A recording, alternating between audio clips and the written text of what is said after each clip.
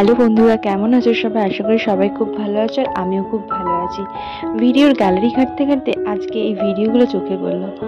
দেখতে দেখতে হঠাৎই মনে পড়লো সেই দার্জিলিংগুলোর কথা, দার্জিলিংয়ে ঘুরতে যাওয়ার কথা। তাই তোমাদের সাথে শেয়ার করলাম, কারণ তখন তো আমি ইউটিউব ভিডিও করতাম না, তাই এই ভিডিওগুলো ভাবলাম তোমাদের সাথে একটু শেয়ার করি আর আমিও দেখতে থাকি।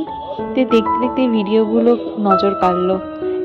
সেই দিনগুলো খুবই মনে পড়ছে, মনে হচ্ছে যে আবার কবে যাব ফিরে সেই দার্জিলিংয়ে। মনে হচ্ছে খুবই কাছে, এই তো কদিন আগেই গেলাম, কিন্তু না, এটা আমাদের প্রায় 1 মাস আগের ভিডিও। তোমাদের দাদা ভাই পিছন থেকে ভিডিও করছিল, বুঝতেই পারিনি। আমি আর মা তো সকাল হলেই বেরিয়ে যেতাম রেডি হয়ে যে ঘুরবো। তাই আমি আর মা দেখো নিজের মতো করে হেঁটে যাচ্ছি আর গল্প করছি যে চারিপাশটা কত সুন্দর না। আর বাড়িতে থাকলে তো মনেই হয় না যে সময়গুলো কিভাবে কাটাবো, আর ওখানে গিয়ে তো সময় তো হয়েই চলেছে।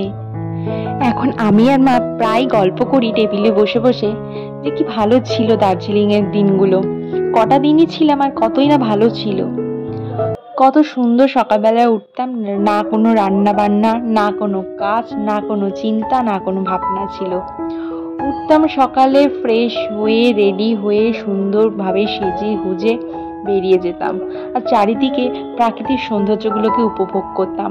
না কোনো চিন্তা ছিল, না কোনো ভাবনা ছিল।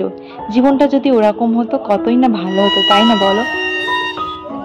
হঠাৎ করেই আমার মনে হলো গ্যালারি ঘাঁটতে ঘাঁটতে তোমাদের সাথে এই সুন্দর সুন্দর মুহূর্তগুলো শেয়ার করি, তাই এই ভিডিওগুলো তোমাদের সাথে শেয়ার করলাম। এটা হলো বাতাসি আলু, দেখো টয় ট্রেন ঢুকছে, তখনই আমরা ভিডিও করছি। তখন তো জানতাম না বলো যে আমি ইউটিউবে ভিডিও করব, সবাই সেটা দেখবে। তাই আমি মনে করলাম যে এই ভিডিওগুলি দেওয়া যায় তাহলে তো ভালোই হবে, তাহলে আমার ফোনেও থেকে যাবে, কখনো যদি ডিলিটও হয়ে যায় এই ভিডিওগুলো দেখতে পারবো। তাই তোমাদের সাথে শেয়ার করছি।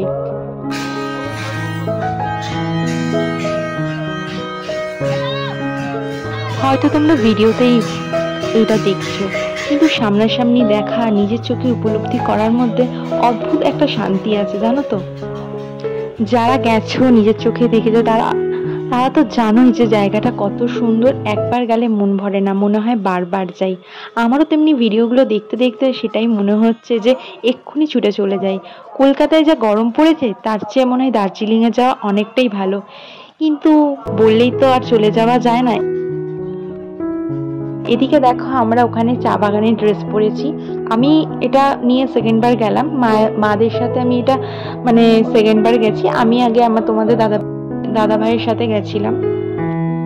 প্রচন্ড মজা হয়েছিল। যখন আগের বার গেছিলাম তখনও একটা ড্রেস পরেছিলাম, সেটা ছিল নীল কালার, এটা হলো বেগুনি কালার।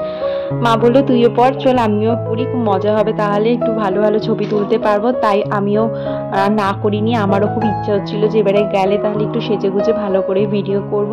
তাই দেখো ভিডিও করছিলাম, মা আমাকে মানে আর কি শিখিয়ে দিচ্ছিল এরম ভাবে কর, তারপর ওইভাবে ভিডিও করেছি। ইউটিউবে ছাড়বো বলে ভিডিও করিনি, এমনিই করেছি, কিন্তু ভালোই তো হলো বলো, সেটা তোমাদের সাথে আমি শেয়ার করতে পারলাম। আমারও খুব ভালো লাগছে তোমাদেরকে দেখাতে পেরে।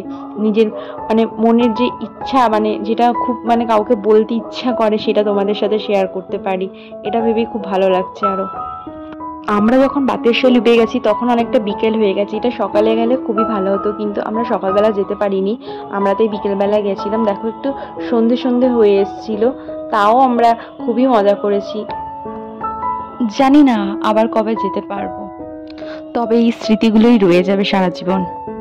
আমার তো এই ড্রেসগুলো খুলতে একদম ইচ্ছা করছিল না, এত ভালো লাগছিল পরে, মানে খুলতেই চাইছিলাম না। কিন্তু ওখানে ওরকম কোনো ব্যাপার না যে তোমাকে সঙ্গে সঙ্গে মানে কয়েক সেকেন্ড বা কয়েক মিনিটের জন্য পরতে দেবে। তুমি যতক্ষণ পরে ভিডিও করতে পারো, যা ইচ্ছা করতে পারো, মানে ফটো ফটো যা মানে করতে পারো। আর বেশি ভাড়াও নেয় না, ওই 40 কি 50 টাকা নেয়। আর ভিডিওটা তোমাদের কেমন লাগলো একটু কমেন্টে জানিও, আর ভালো লাগলে একটু লাইক করে দিও। যাই হোক, আজকের ভিডিওটা একটু অন্যরকম ছিল, পরের ভিডিওটা নতুন রকম ভাবে তোমরা পাবে।